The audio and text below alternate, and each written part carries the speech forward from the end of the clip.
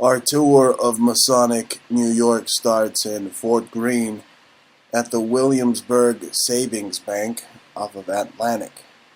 You can see the owl symbolism, the Lilith symbolism here in the architecture of the old bank. You see it proliferated everywhere on these columns, the owls. These are the same owls that adorn the feet of the Egyptian deity Isis. Here we also see Hermes by the side of the owls, who is the watcher of the netherworld. He's at the gates and also called upon in places of commerce. Here we see again the owl symbolism, pineal gland symbolism, and the two snakes representing the occult brotherhood of the snake. The snakes can be seen in Egyptian mythology, hieroglyphics, even Aztecs as the oppressors, as trickster gods of sorts. Now we move on to the Brooklyn Masonic Temple. Now, as you can see here, it has swastikas, the ancient Hindu symbol. Swastikas everywhere adorning the lodge. And down the street you have the Brooklyn Academy of Music that also has swastikas all over the building. Here you see an owl with an erection hovering over students at a school known as Brooklyn Tech. Here you see the two owls. No one can see the erections, but you can see that these are the same two owls that adorn the feet of Lilith. You see the Brooklyn Museum. Within the Brooklyn Museum are also swastikas and owls. This was an exhibit in the Brooklyn Museum, basically a New World Order roundtable. Moving on to the Thurgood Marshall Courthouse in Manhattan. It also has swastikas in the decor, the top of the courthouse, as you can see here, and golden owls of Athena, again the owl known as Lilith or Moloch at Bohemian Grove, on the elevators. The Statue of Liberty itself is the goddess Columbia, and here at Battery Park we see Egyptian symbolism and what looks like either a woman in a burqa or a cloaked Jesuit. Making our way towards Ellis Island, here you see a beautiful view of New York City. Here you see the goddess Columbia again. A very German feel to Ellis Island, so German that it also has swastikas and the Egyptian phoenix symbolism. Moving on to the Church of the Divine. This place was on Masonic World Magazine in 1925, and the pillars portray the fall. The World Trade Center predicted it. And we're here at St. John the Divine. As you can see, they're depicting these statues that are supposed to depict good and evil. You can see that Satan's hands are beneath this statue with the Jabulon claw hands and obvious moon worship. Some type of bestiality theme going on with this figure that could very well represent Satan embracing these animals here. But what I noticed right away, folks, is if you pan down here, you see these little owls here. Of course, that's indicative of Moloch and Lilith and basically child sacrifices. You see that right there, folks.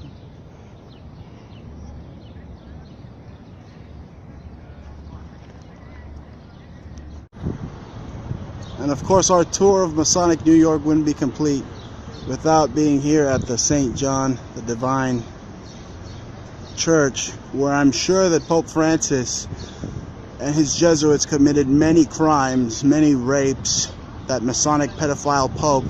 And this church, folks, as you can see, is no church. They actually engage in pagan rituals type of pagan animalistic rituals actually bless animals here.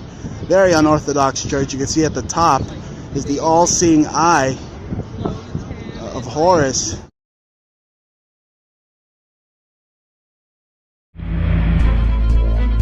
The Church of St. John the Divine accurately portrays the World Trade Center collapse, a Wall Street collapse, the end of times, and also some type of nuclear fallout, some type of death via a nuclear holocaust. Could this be the Indian Point power plant being predicted in the pillars as well?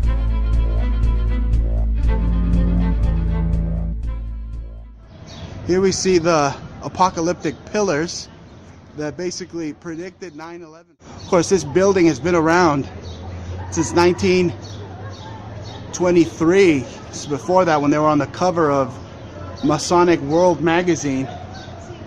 And there you could see the pillars that show the destruction of New York, 9/11, the Wall Street collapse. Basically depicting and predicting total Armageddon here. You can see we're inside St. John the Divine now. You can hear that organ playing. Feel an incredible demonic presence here.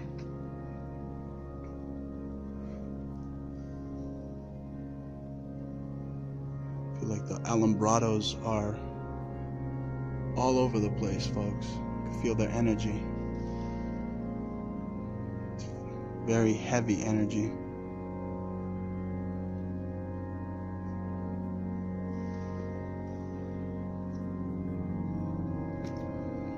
As you can see, folks, see the sacrificial lamb.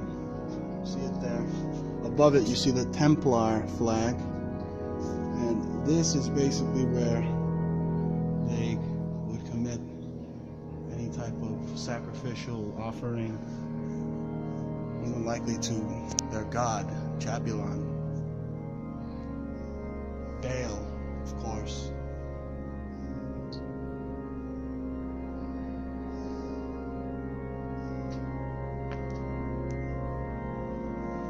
Right here, you can see the Knights Malta, the Malta Cross insignia.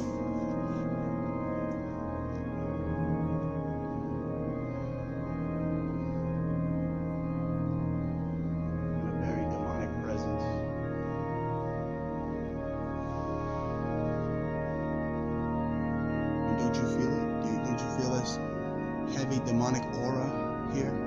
It's intense. It's very intense. Unlike any energy I've ever felt.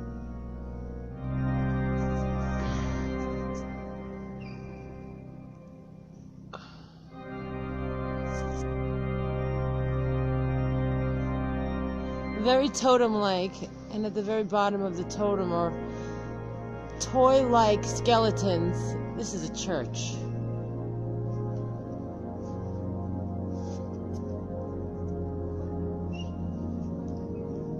And of course, at the very top, you see the Rosicrucian. Rosicrucian rose. Of course, this is a church of the Rosicrucians, folks.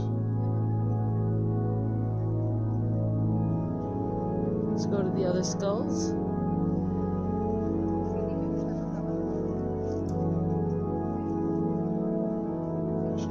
What type of church has this? Skeleton. Money signs. They look like puppets, like a plastic, very kitsch. I mean, look at the way they have money signs. Why do they have dollar signs in a fucking church like this? Excuse me, but this is really weird. Look at those dollar signs.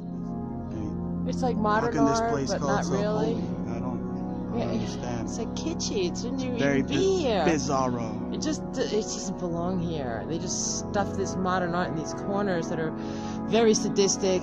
Those feet, they look like they're tied up. What the hell is that? Like some kind of a cast on Bondage. it? Bondage. Yeah. Weird animals and shit. This is weird. The pictures on the wall at St. John the Divine depict people being eaten alive by dogs, being ravaged by soldiers or some type of famine, a major earthquake, basically the New World Order. New York is filled with Masonic symbolism.